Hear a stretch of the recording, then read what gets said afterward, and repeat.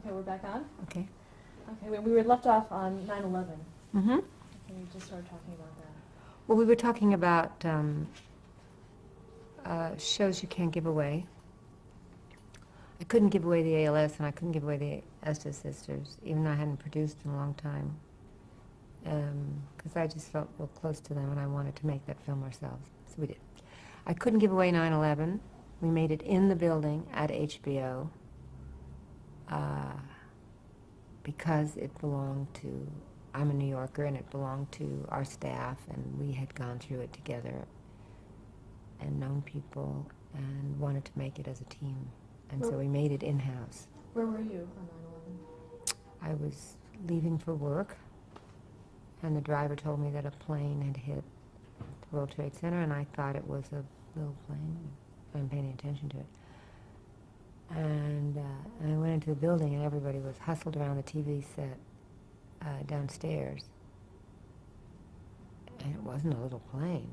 And I rushed up to my office, and everybody had the television on in my office, because I had cable.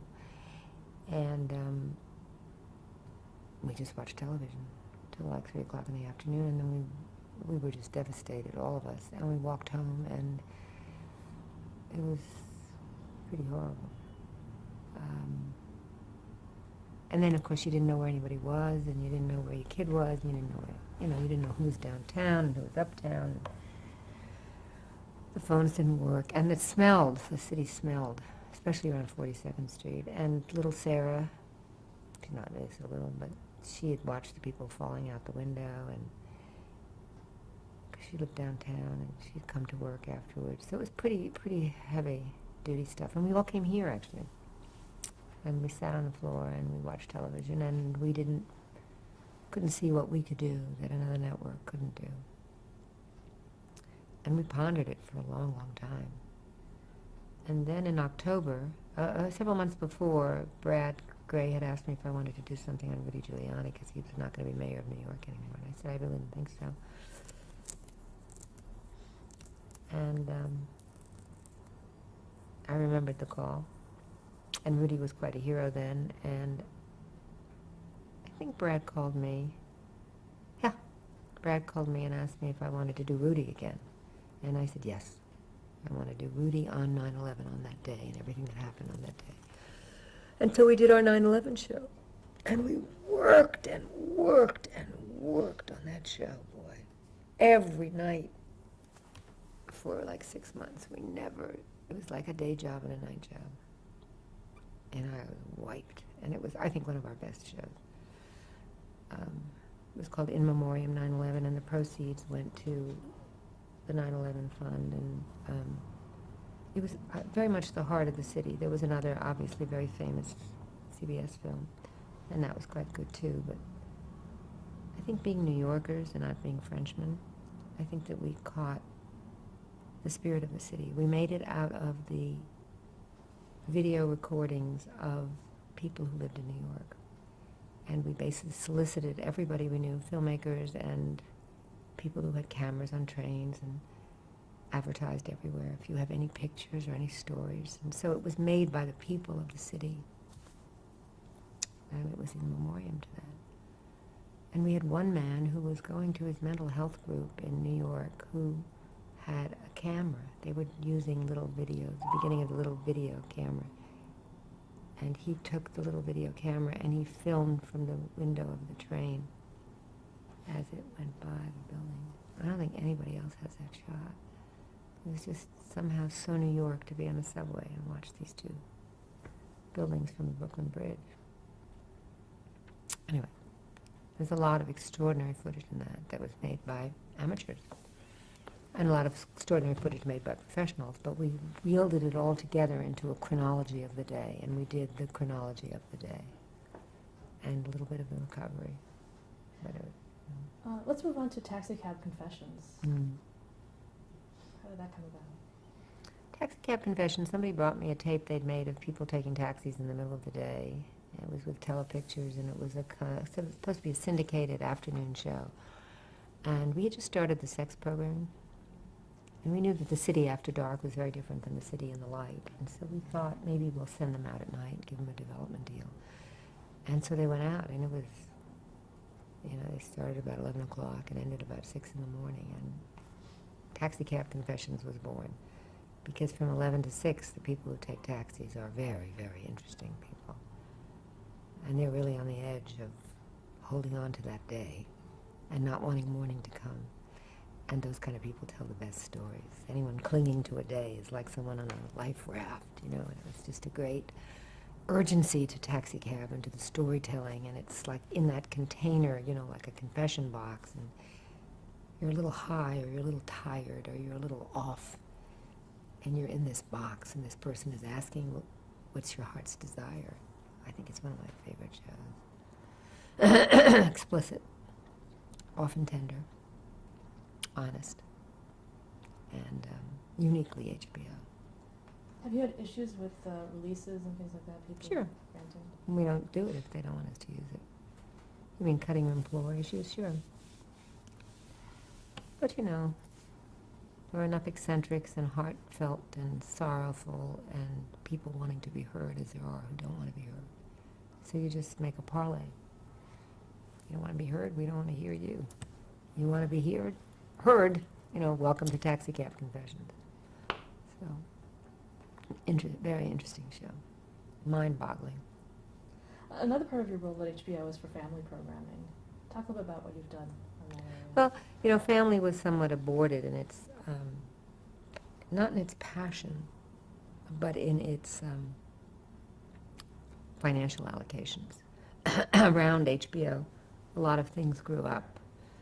Nickelodeon, Fox Family, Disney, and really that wasn't the nature of the HBO business, even though we have a family plex. The nature of HBO business was really adult entertainment. And so we still continue to do some family shows, but they are very specific and very special. Like, we did a 9/11 show for children. We did Goodnight Moon, 'Twas, which was about various holiday songs. We've done a lot of really good family stuff. But we've done that, Atlanta and family.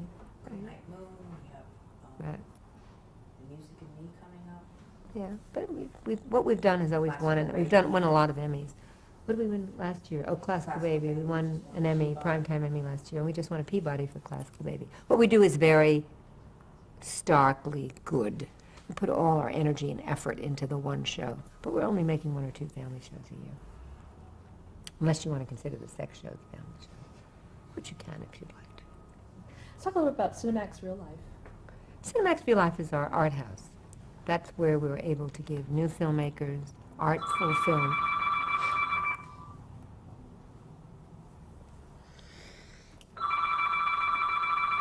Stretching noise.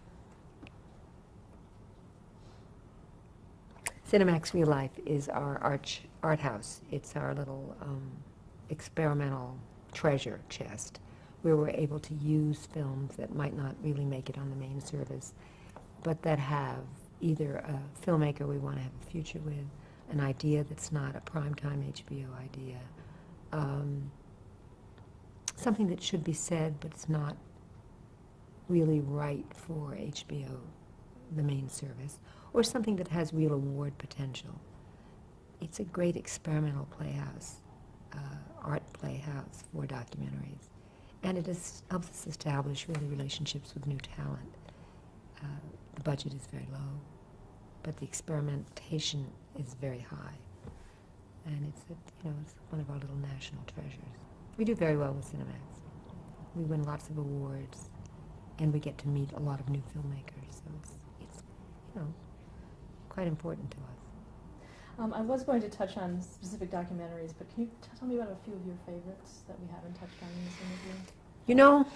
That is a really, really tough question because I fall out of love so fast. I am the most fickle programmer I have ever known. I don't think that I could ever tell you that anything I was working on at that moment wasn't my favorite child. And I don't think I could tell you that anything that I did in the past was my favorite. It's over when it's over. It was great while it lasted, but I'm so willing to fall in love again. I mean, I'm game for the next project. At the moment, I'm madly in love with Baghdad ER. I think it's a great, great documentary. I think the Addiction Project that's coming up in January is a great, important project. I don't know any other network that's devoting, 2.5 hours to the suffering of addiction and the drive to stop the sort of prejudice against the addict and to counter the notion that the addict can pull himself up, by himself, that it's not it is a disease, but it's not a disease. It's a disease, but there's no parity in terms of health insurance. It is a disease, but if you just say no, you can get rid of it. The whole evolution of the addictive personality and how families cope and how the addict regains his pride and his ability to sort of foster strength in fighting back is really very important. So I'm madly in love with that show because I think it's an untouched subject on television. I'm madly in love with Cat House. I'm just madly in love with the Whores. I love them. They're honest, they're great actresses. The greatest actresses in the business are in this expensive whorehouse. I mean, to act like this guy matters to you, Jesus, you got to be really an studio actress to do that. I love it. How's that show done? Is it very heavily edited? I mean, is what you see what you get? What you see is what you get. I mean, we don't show exactly, but we get pretty close. We're very tasteful even when we're in a whorehouse.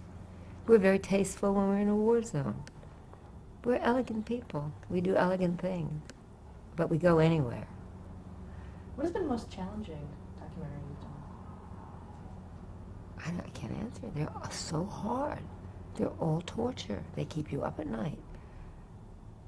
You wake up in the middle of the night and you think of something you did wrong, or a line that's wrong, or this part should be there and that part should be there.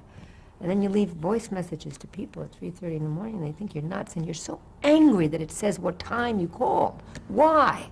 Why does it do that? If I could just erase that, then they'd think I was normal.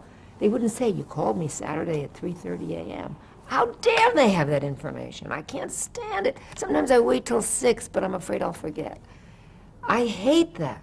I wish I could ban that. And cell phones do the same thing. It's torture. The Palm does the same thing. Every email, they know what a nut you are. It's annoying. But I struggle through everything. I struggle through Cat House to make it honest to the subject and lovable to the sort of sexuality of human beings. I struggle with Iraq because it's so painful to look at. And I don't want it to be too bloody, but I want it to be bloody enough to be real. I struggle with addiction because I know that this is the only shot some people will have at finding a way out. Not a cure, but a way out of their own disgrace. I suffer the fact that everybody in the world doesn't get HBO, and that maybe not everybody will see my show that night.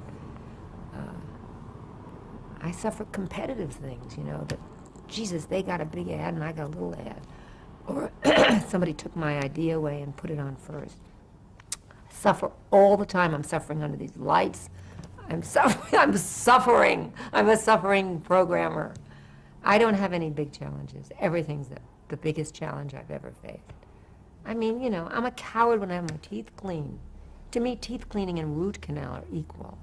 Everything is horrible, painful, tormentous. That's just the kind of person I am. I'm highly intense. I like junk food. I like fancy food. I'm a tremendous contradiction, but you can't ask me what I like best. I don't know. Fair enough. Let me just run through a few Sure. of the documentaries. How about the broadcast tapes of Dr. Peter? Well, see, I like to read the obituary because I try to imagine where I'll be on that page and how big my picture will be. I've always read the obituaries, so I can't say it's a function of age. I've read them since I was 16 years old. I think to die is like to be born.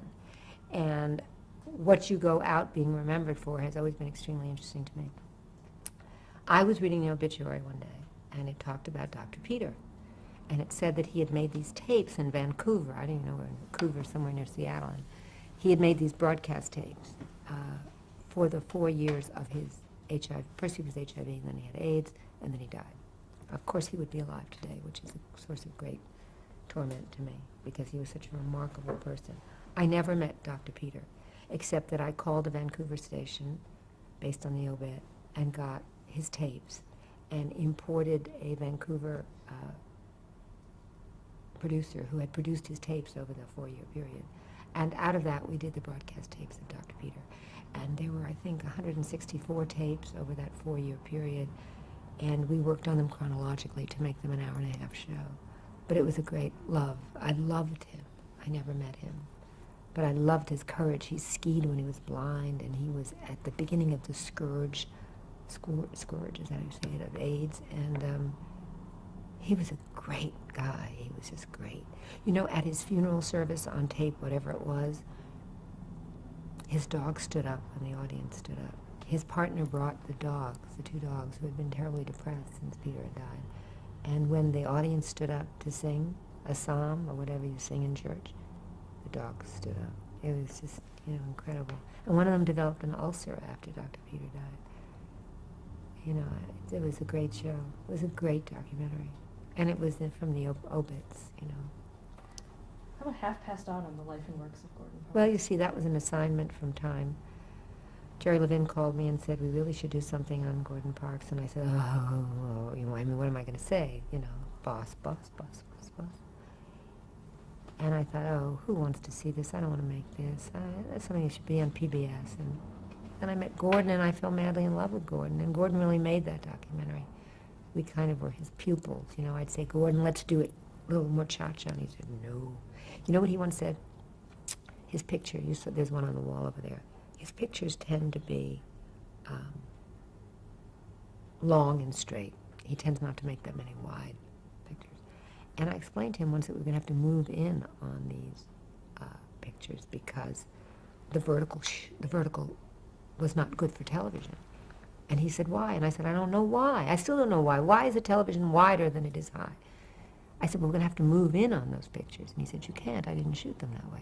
So we had to shoot his pictures, with their long vertical frames.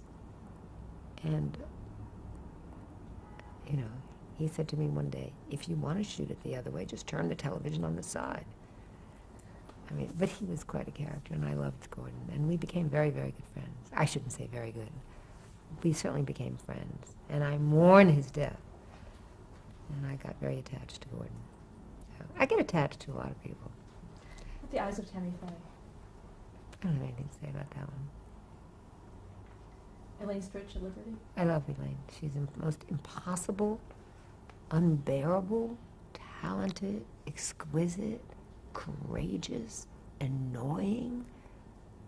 But when I was in high school, I used to stand in line and walk in during intermission. I went to the High School of Performing Arts, and it was right on 46th Street, and I was a dancer, an actress, I don't know.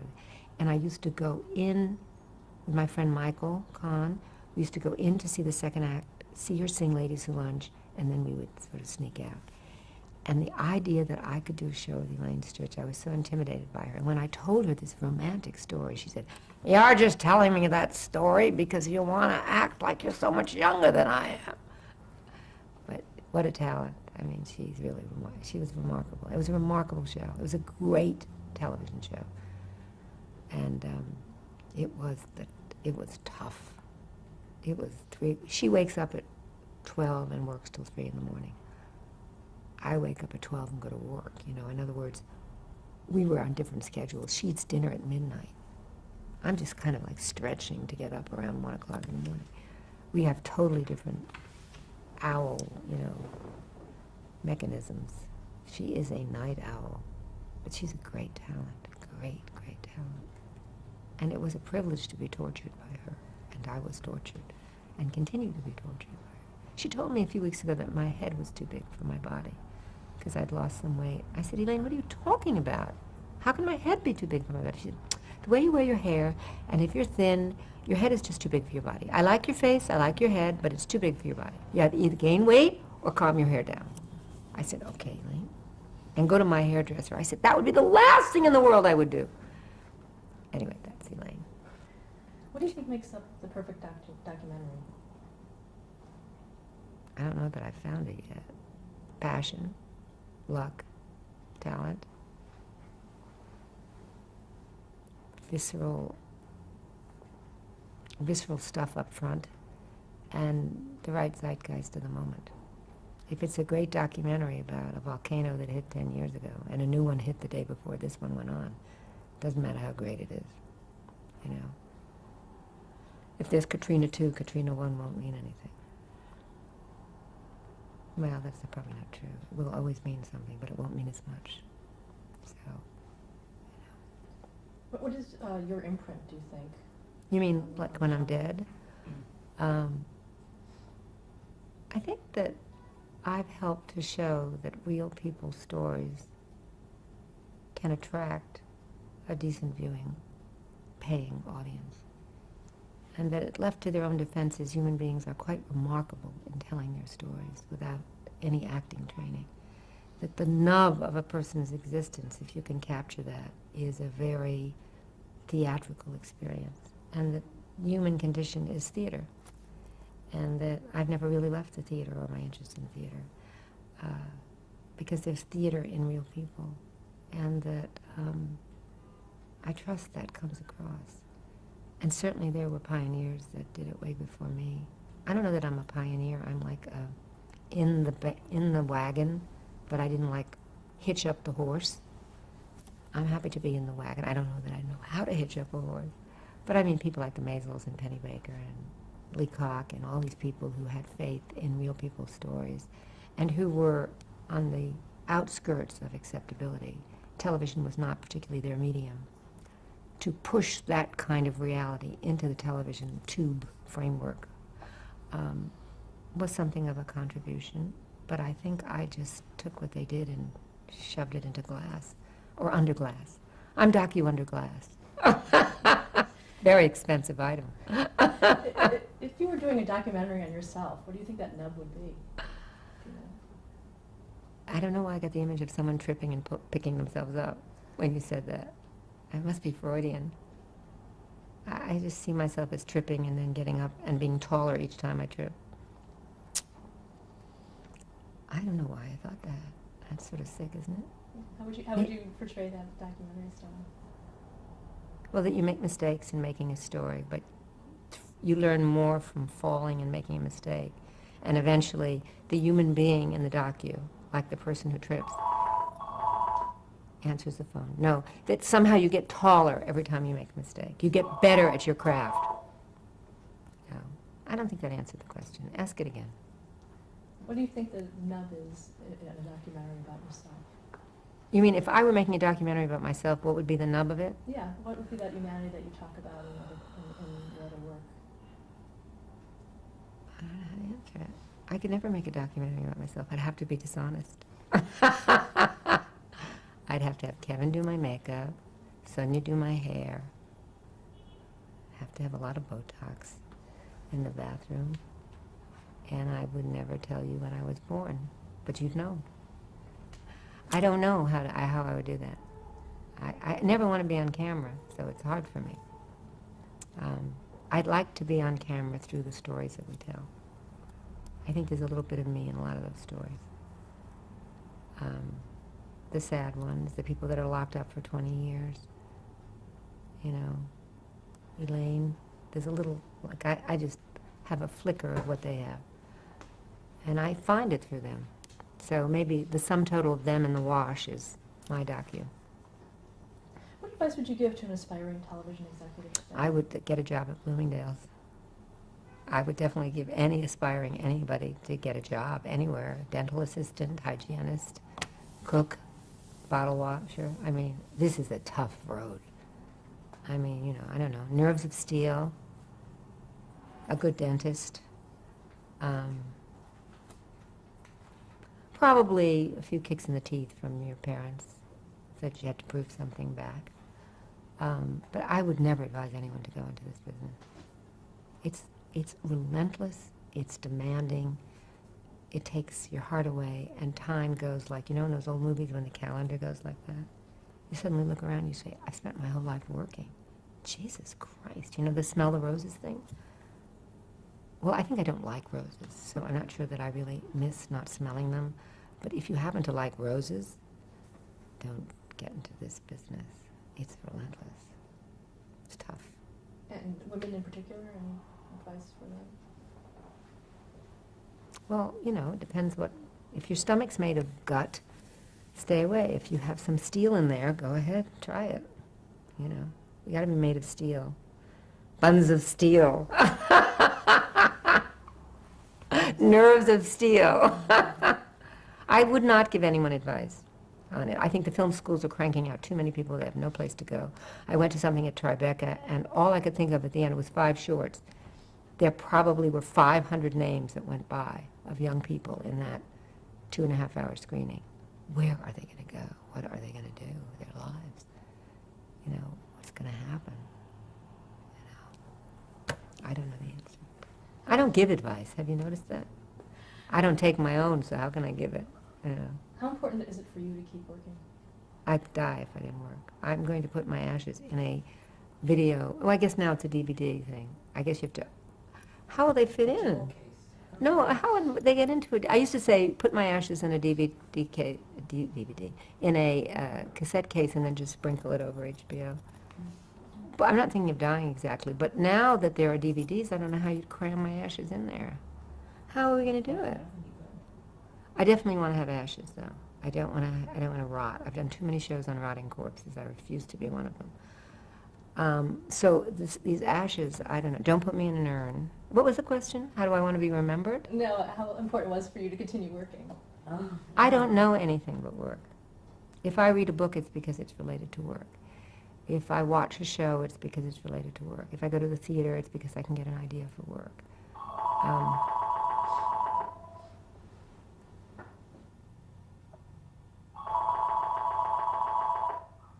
Everything that I do is related in some way to work. I don't know how else to say. I'm sure that if I didn't work, I'd find work. I just love telling people stories. I love to hear people tell me their stories. I just love it. And I don't consider work work. I consider play work. I consider social events work. I consider this work. I consider shopping work, except when I go with Lana. I don't consider earrings work. I like to buy earrings. That's fun. But I don't like to shop for clothes. I don't like to go to social events. I don't like Thanksgiving, Christmas, Easter. I don't like memorial services. I don't like marriages. I like to work. Award shows? I don't go to them anymore. You've won so many awards. I've won a lot of awards. But I think now, my son walked into my office and he said, "What is this, Las Vegas?" Because I had all these awards around. So I'm taking them all away and putting them somewhere else. But you know, when you've been doing it as long as you have to win awards because, after all, it's like that list of all those men. You got to have a few women in there. I think, I can't think of that part of it, the not working part. I'll always work. I mean, even if I got kicked out of HBO, I'd work. Somebody would want me. I mean, you wanted me, so somebody else will want me. And I'll trip and I'll fall and I'll pick myself up. And when I'm in a wheelchair, I'll fall and I'll get back in the wheelchair. And then when I'm on my deathbed, I'll get out of the bed and then lie there and die. And so will you. God, Lana, what a vibrate. Okay? Well, thank you so much Thank for sharing you. your story with us. Thanks a lot. Thank you.